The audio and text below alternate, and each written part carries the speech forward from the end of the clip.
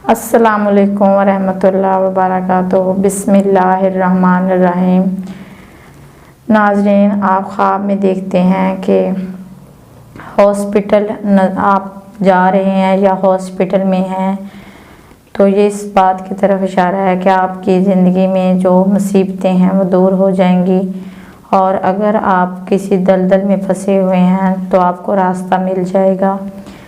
अगर आप देख रहे हैं ख्वाब में कि आप अस्पताल में हैं और आप डॉक्टरों से मिल रहे हैं, बड़े बड़े अच्छे डॉक्टरों से मिल रहे हैं, किसी हकीम माहिर हकीम से मिल रहे हैं, तो ये इस बात की तरफ इशारा है कि अगर आप बीमार हैं तो सेहतयाब हो जाएंगे। और अगर आपको कोई मूज़ी बीमारी लगी हुई है तो वो भी उससे शफा पा लेंगे। और अगर आपकी ज़िंदगी में गम हैं, परेशानियां हैं, तो उनसे आपको निजात मिल जाएगी।